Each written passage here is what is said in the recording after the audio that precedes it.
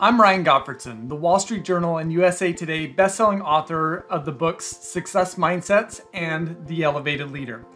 And I have been fortunate over the last several years to work with dozens of organizations as part of their leadership development programs. Sometimes I'm plugged into the program for just one workshop. Sometimes I'm creating an entire leadership development program.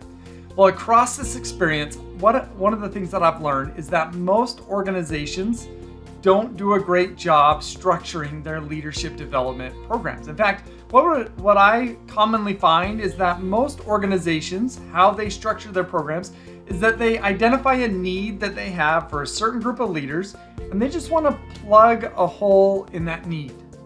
It really is a short-term focus when leadership development programs do that. So what I want to do in this video is I want to share with you 8 things that I believe that leadership development programs need to do in order for the leadership development program to be effective and successful. The first thing is to have a purpose. We've got to have a purpose for the program, and that purpose can't be short-term. It needs to be long-term. What are the long-term impacts that we want to have on this?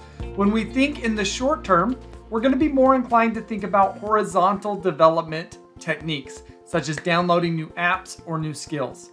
But what a long-term leadership development programs is about upgrading leaders' internal operating systems.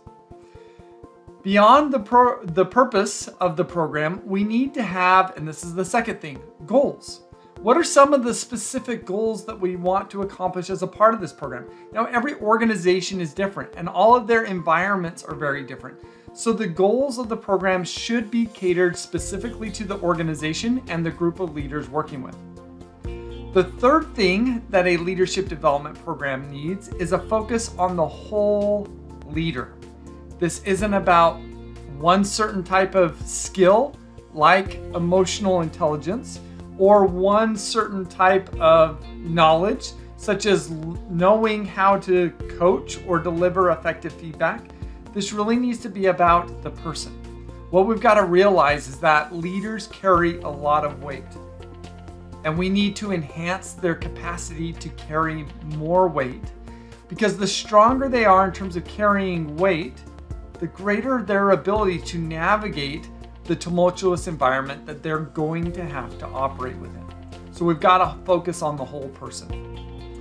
Fourth, we've got to acknowledge that many leaders have psychological and even neurological barriers to learning and development. One of the things that I found is that some leaders are really high in their metacognitive abilities. They have a great ability to self-reflect. But I've also found there's a lot of leaders who really struggle with their metacognitive skills. So one of the things that we may need to assess is what is their readiness for development. If somebody struggles with their metacognitive abilities, maybe we should work on that before the leadership development program. So that's number 4. Number 5, we need to give the leaders space to actually develop. I think this is one of the most common pitfalls that I find in most leadership development programs is personal growth and development. It takes time for reflection. It takes time for feedback. It takes time for putting in some developmental effort. And what I find is a lot of organizations, they say engage in this leadership development program in addition to the responsibilities that are already maxing you out. And when that's the case, the leaders really don't have the space to develop. So we've got to create that space. 6, we need to provide the leaders with high quality feedback. Development requires the feedback of others. Oftentimes this can be done using 360s or something even more informal than that. But that feedback has got to be a part of the program. Number 7 is we need accountability.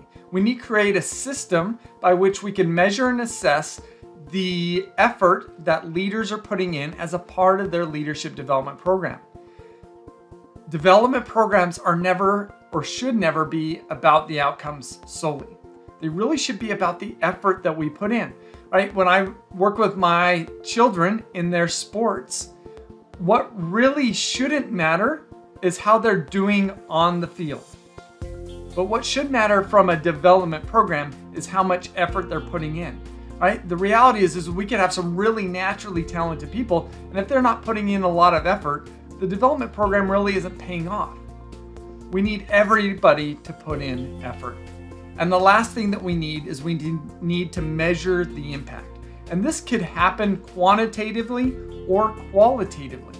In fact, one of the things that I've found in my work is that the qualitative feedback is usually something that organizations don't prefer. They prefer the quantitative feedback, but the qualitative feedback provides really rich information, and it gets at aspects of growth and development that I think are really hard to get to through quantitative evaluation or measurement. So those are the 8 elements that I believe a really effective and successful leadership development program needs to have.